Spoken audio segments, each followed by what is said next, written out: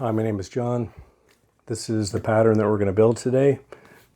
This will be the video covering how I made this. This is the revised edition, the new one, the final pattern. This one had little tweaks, here it didn't line up too much. The belt loop, I made it higher so that it sits lower, so it doesn't dig into your stomach or the side of your stomach. And yeah, and you can see here it's a little bit different, but hey, I do prefer this one because of the gold dye, water-based. I think it's Italian, not sure. And then the belt loop too, there's not much of a gap here, so I changed that. Now we have a little bit of a gap, so it's easier to get the belt in there. But this one's going to be mine. I'm going to keep that for myself, and we're going to build this today. I'll show you how to print the pattern, cut it out, do some edge dye. The edge dye didn't come out that great. I think because it's a thin and cheap leather. Even I had problems with the rivets. I didn't have any problems with the rivets here. So it's all the materials you have, whatever you have, you deal with it. So that's what we're going to do today, and let's get started. Today I'm going to show you how to cut out this pattern for this knife pouch. It's the welted seam, which basically means no stitch. As you can see here, I have this open. This is open in PDF Gear. If you're using Adobe Acrobat, it doesn't matter, it works the same. So do Control P to print. For me, I choose A4. For this, actually, yeah, you need to choose A4.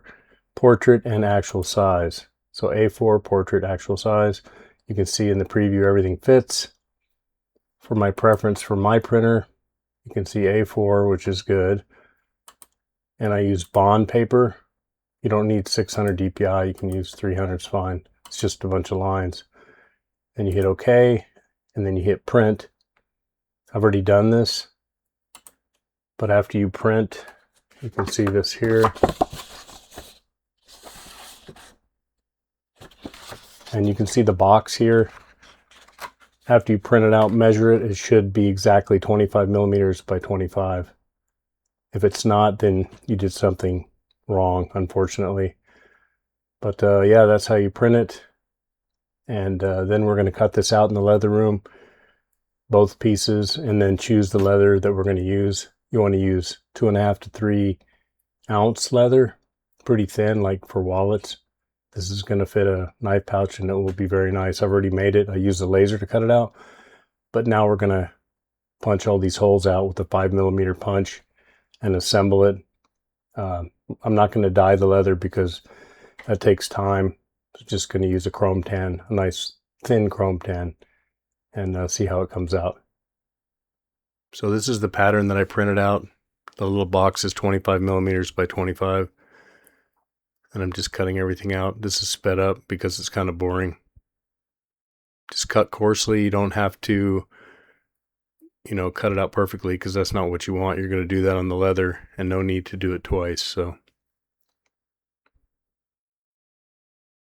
I'm only going to talk when I deem it necessary. So yeah, you can understand it. So here I got the Hobby Lobby leather. Not recommended, but good for practice. Just taping the pattern down.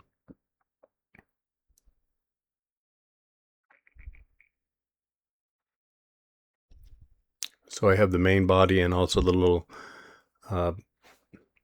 belt rectangle, whatever you call it. The little loop where you put your belt in. So that's a separate piece that will be riveted to the main body. And I'm talking about the holes.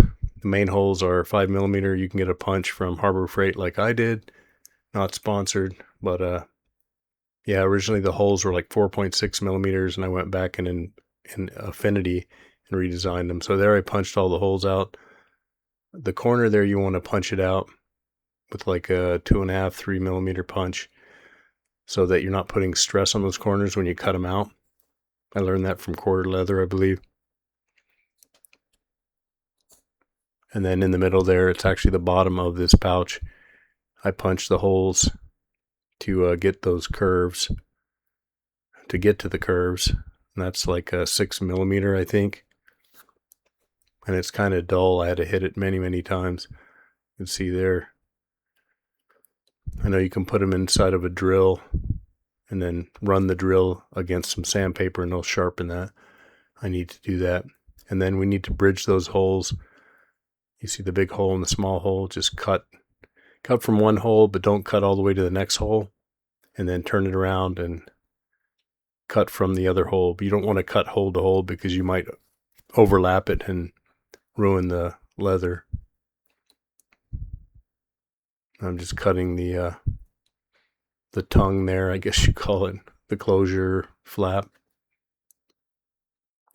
And you can use a skiving knife to cut those edges, or you can just run a bunch of straight lines to cut that curve. That's what I did. Normally I use the skiving knife, but this worked fairly well. And then just taping it down so the pattern doesn't move. Then you want to cut the straight edges. Always put the ruler on the inside so that you're cutting towards the outside. So if you slip, you don't ruin your leather. I think I learned that from quarter leather as well. Not sure. Make sure your knife is sharp and that you have a new blade, your razor, or you can use an X-Acto knife. And there I'm just cutting out those little areas. That's actually the bottom. See, I'm cutting from the big hole, but not completely to the small, and then flipping it around and cutting from the small to the big. Sorry about my big head. I don't normally see my bald head on a video, but I don't normally have a camera above my head, so.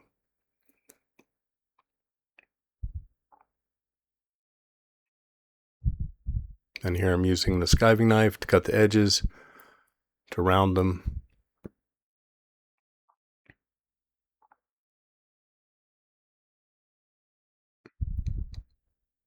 I'm just removing the tape so I can cut the middle of the circle to make those tabs.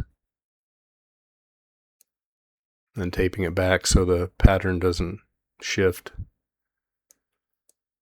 Pretty straightforward. There's a lot of patterns out there like this for wallets. I don't know that I've seen one for a knife pouch, so this is my own invention, my own design, I mean. And yeah, so there's the strip for the belt. It's going to get riveted on.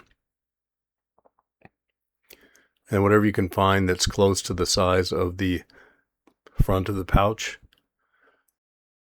It doesn't have to be exact.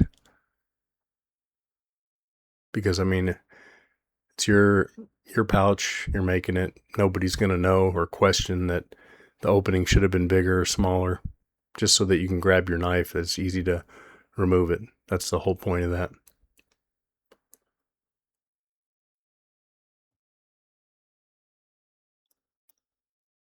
I'm just using the rotary punch to punch out those holes for the belt strip. I think those are, what is it, 3, 2.5, 3, something like that. You can measure it on the pattern when you print it out. I'm removing the tape and the paper pattern.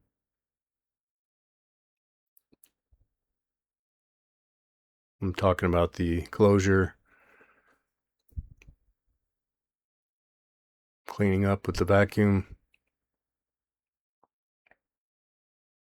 So now I have some 320 grit sandpaper, I believe. This is all sped up, so it's kind of hard to see. You can slow it down in YouTube. Using this emery board to round the flap so it looks professional. And normally with veg tan leather, you're gonna bevel it, you're gonna burnish it, you're gonna dye it with black dye, brown dye, whatever. But because this is so soft, the beveling is not good to do on this kind of leather. It's too soft. So you want to use edge paint, which I will show you here in a minute. And there's the brown edge paint. I got it from Rocky Mountain. I think it's originally from France. Works really well. kind of botched this a little bit. Kind of went over the edge on the front. And then I have some rubber crepe, which is really firm rubber. It's like an eraser block. And it's supposed to remove that excess paint when it's dry, but it kind of just took some of the dye off this cheap leather. So I will not use this for production. I will use it for prototyping and experimenting. Anyway, that's what this is. And, this was my final prototype. The one before this I'll show you towards the end. It was not the final. I had some issues I had to fix, but I like the veg tanned leather. It's dyed with gold water-based dye. I think it's from Italy. Here I'm using the rivets. They're like 6x6, and I don't know where I got these. Probably Amazon. Not satisfied with these. They kind of shifted, and they were short enough where they shouldn't have tilted over. So I don't know what went wrong with these. But on the veg tan, the first one that I made, I didn't have this issue because I used some other rivets. These were just weird. I don't know. Here I'm trying to flatten them out. Just doesn't seem to work. Anyway, here's the welted seam. It's kind of difficult to get these tabs inside the holes because the leather's so soft. When you have firm leather, it doesn't, the tabs don't bend when you're pushing them in. So this went okay. It's kind of soft leather, but I managed to get it in there and it worked out. So all in all, it's a success, and I know if you make this, it's not going to be difficult. It would take a couple hours. So here it is completed. And then I'm talking about all these knives I have they're about 4 inches long, about 1.5 inches wide, and all of them will fit in there fine. My hands, I was supposed to edit that out. Anyway, the knives all work in the pouch and fits great on your belt. So thanks for watching.